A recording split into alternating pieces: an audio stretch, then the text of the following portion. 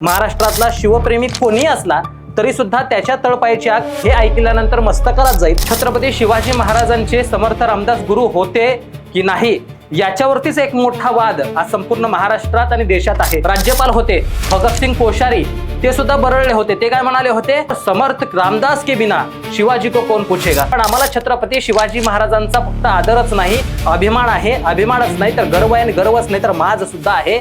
लाजा वाटायला पाहिजेत महाराष्ट्र राज्याच्या मुख्यमंत्र्यांना, फडणवीस साहेबांना, नितीन गडकरी साहेबांना आणि त्याचबरोबर सरसंघचालक मोहन भागवतांना. अहो, तुमच्या समोर तो बागेश्वर धामचे बाबा, सो कॉल्ड बाबा, ते आता येत आहेत आणि म्हणतात की छत्रपती शिवाजी महाराजांबद्दल जे काही बरळलेत ते अक्षरशः माझ्या तर तळपायाची आग मस्तकाला गेली. महाराष्ट्रातला शिवप्रेमी कोणी असला तरी सुद्धा त्याच्या तळपायाची आग हे ऐकल्यानंतर मस्तकालाच जाईल. मी हे काय म्हणतायत ते सांगतो, त्यानंतर त्याच रामदासांच्या संदर्भातले काय पुरावे आहेत शिवाजी महाराजांच्या संदर्भात हे सुद्धा सांगतो. व्हिडिओ शेवटपर्यंत बघा आणि शेवटपर्यंत जाऊ नका, आणि काय असेल ते मत तुमचं कमेंटमध्ये अवश्य नोंदवा. तो बागेश्वर धामचं जे बाबा आहेत त्यांनी सांगितलं की त्या कार्यक्रमामध्ये, भारत दुर्गा मंदिर या कार्यक्रमामध्ये ते सगळे एकत्र आले होते आणि मंचावरती गेले. स्टेजवरती गेल्यानंतर तिथं बोलण्यासाठी त्यांना छत्रपती शिवाजी महाराजच दिसले आणि ते बोलताना म्हणतायत कि छत्रपति वीर शिवाजी महाराज जब थक गए युद्ध करते करते उनको लगा कि हम थक गए, एक दिन वो स्वामी समर्थ रामदास जी के पास गए और उन्होंने अपना मुकुट उतारा और कहा कि हम बहुत लड़ाया कर चुके हैं, बहुत युद्ध कर लिया है, अब कृपा करो कि हमें और लड़ना नहीं है, अब एक बड़ी दया करो, ये मुकुट आप संभालो. असं कोण म्हटलेत? शिवाजी महाराज म्हटलेत. कुणाला? समर्थ रामदासांना असं ते लिहितायत. आणि ये राजपाट आप संभालो, आपकी आज्ञा से ही हम राज्य चला रहे थे, अब हमसे चला नहीं जा रहा, अब आप ये सब संभालो. अशा पद्धतीचं हे सगळं म्हणतायत. आणि त्या पुढे जाऊन काय म्हणतायत तर मुस्कुराकर, म्हणजे समर्थ रामदास त्याच्यावरती मुस्कुराकर स्वामी समर्थ रामदास भगवान ने कहा कि ठीक है हम स्वीकार करते हैं, लेकिन यह बात हम कहना चाहते हैं, मुझे ये बताओ कि हम आपके हैं कौन. तर त्याच्यावरती ते म्हणतात की आप हमारे गुरु हो, आप कौन हो, हम आपके शिष्य है, असं शिवाजी महाराज म्हणतात. तो हमारी ये आज्ञा है कि आज से ये पूरा राजपाट जो है ये हमारा है और हम आपको आदेश देते हैं कि आप इसे आगे जाकर चलाओ. म्हणजे मला सांगायचे काय आहे, छत्रपती शिवाजी महाराजांचे समर्थ रामदास गुरु होते की नाही याच्यावरतीच एक मोठा वाद आज संपूर्ण महाराष्ट्रात आणि देशात आहे. याच्यावरती अनेक मतमतांतर होत आहेत. जे काही माजी आपले राज्यपाल होते भगतसिंग कोश्यारी, ते सुद्धा बरळले होते. ते काय म्हणाले होते कि चाणक्य के बिना चंद्रगुप्त को और समर्थ रामदास के बिना शिवाजी को कौन पूछेगा. अरे तुमची लायकी तरी आहे का छत्रपती शिवाजी महाराजांच्या पायाच्या नखाच्या लेवलला तरी जाण्याची, आणि तुम्ही अशी वक्तव्य बरळताय. खरं तर समर्थ रामदासांबद्दल आदर आहे का तर 100% आहे.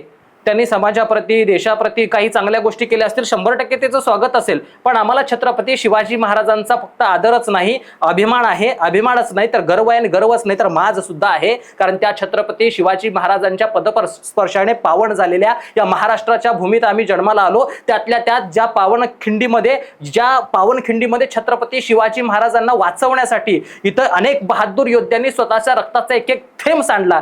त्याच पावनखिंड असेल किंवा त्याच पन्हाळ्याच्या पायथ्याशी आमची गावं आहेत.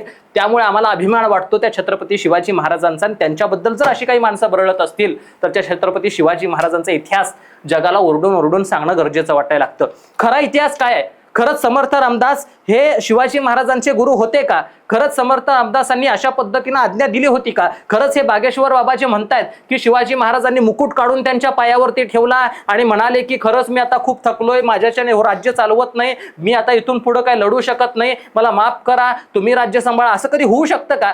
अरे ज्या राजानं वयाच्या 16व्या वर्षी 14व्या वर्षी स्वतःचा हात कापून, बोट कापून स्वराज्य स्थापनेची शपथ घेतलेली असेल, ज्या राजानं अगदी काही वर्षांमध्ये म्हणजे अवघं 50 वर्षाचं आयुष्य छत्रपती शिवाजी महाराजांचं, आणि त्या सगळ्या आयुष्याच्या काळामध्ये अगदी अटकेपार झेंडा नेण्याचं काम ज्या छत्रपती शिवाजी महाराजांनी केलं असेल, तो राजा कधी थकेल तरी काय? काय म्हणताय, काय बरडताय? इतिहास वाचा तरी छत्रपती शिवाजी महाराजांचा. आता याच्या पुढे जाऊन मी सांगतो की खरं तर छत्रपती शिवाजी महाराज आणि समर्थ रामदास यांचा संबंध कुठं कुठं जोडला गेला. सगळ्यात पहिला आणि सगळ्यात महत्त्वाचं म्हणजे आज चाफळची जी सनद आहे ती सातत्यानं चर्चेत येते. त्या एकाच सनदेमध्ये कुठंतरी उल्लेख दिसतोय की छत्रपती शिवाजी महाराज आणि समर्थ रामदासांचा काहीतरी संबंध आहे अशा पद्धतीचा. मात्र ही चाफळची सनद जी आहे ती खरंच खरी आहे का? याच्यावरती अनेकांचे आक्षेप आहेत, अनेक मतांतर आहेत. अनेक साहित्य अभ्यासक, इतिहास अभ्यासकांनी सरळ सांगितलंय की ती सनद जी आहे ती नंतरच्या काळात लिहिली गेली आहे आणि त्यामुळे ती सरळ खोटी आहे. कोण कोण याच्या सगळ्या संदर्भात बोलतोय? सेतू माधवराव पगडी यांनी सुद्धा सांगितलं की ही जी काही सापळची सनद सांगितली जाते समर्थ रामदास आणि शिवाजी महाराज यांच्या गुरु शिष्याचं नातं हे सरळ सरळ खोटं आहे. त्याचबरोबर इतिहास अभ्यासक आहेत, जाणकार आहेत, गजानन भास्कर मेंदळे यांनी सुद्धा सांगितलं, जे गाडे अभ्यासक आहेत इतिहासाचे, त्यांनी सरळ सरळ सांगितलं, त्यांनी सिद्ध सुद्धा करून दाखवलं. लेख सुद्धा या सगळ्या संदर्भातला 2018 साली त्यांचा प्रसिद्ध झाला. त्यांनी सुद्धा सांगितलं की त्या काळातली ही सनदच नाहीये, ही नंतरच्या काळात सनद बनवण्यात आलेली आहे वगैरे वगैरे वगैरे. म्हणजे रामदासी विचारांच्या ज्या माणसांनी ती नंतर बनवली छत्रपती शिवाजी महाराजांवरती आपलं प्रभुत्व तयार करण्यासाठी, हे अशा सगळ्या संदर्भातलं ते मांडणी करताना दिसत आहेत.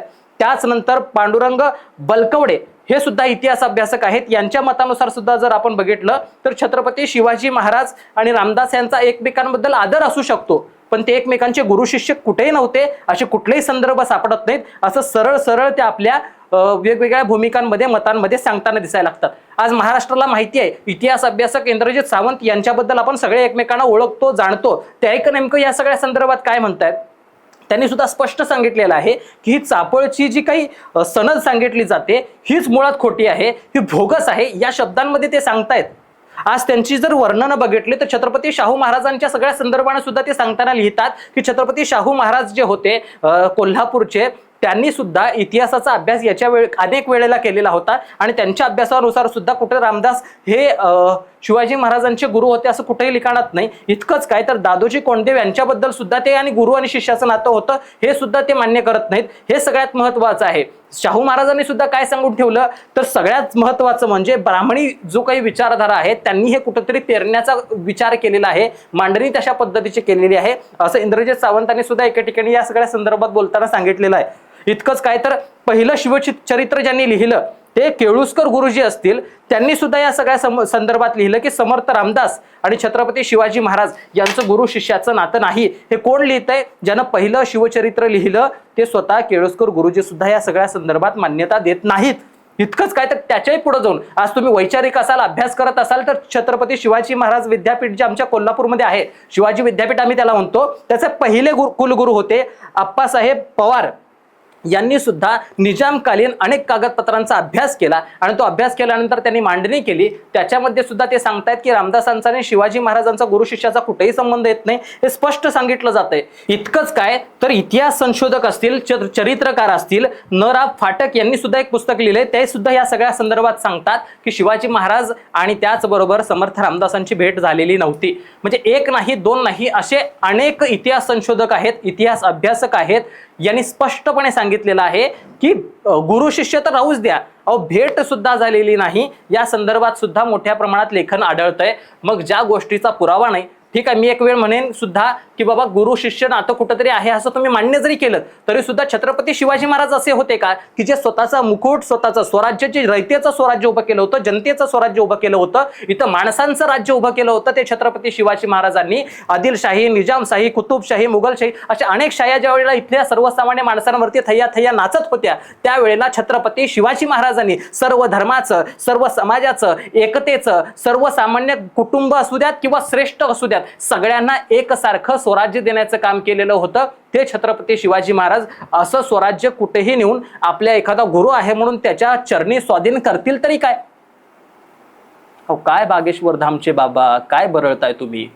तुम्ही बरळालही, तुम्हाला कोणीतरी सांगितलं असेल असं बरळा, पण मला लाज वाटते त्या मंचावरती आपल्या स्वतः महाराष्ट्र राज्याचे मुख्यमंत्री फडणवीस साहेब होते हो, जे छत्रपती शिवाजी महाराजांचा गौरववाढक भाषणांमध्ये करतात, जे स्वतः निवडणुकीच्या तोंडावरती छत्रपती शिवाजी महाराजांच्या अनेक पुतळ्यांची उद्घाटनं करताना दिसतात, ज्यांनी तर त्यांच्या देशाच्या पंतप्रधानांनी तर अरबी समुद्रामध्ये छत्रपती शिवाजी महाराजांचं मोठंच्या मोठं स्मारक बांधण्याचा संकल्प केलेला आहे.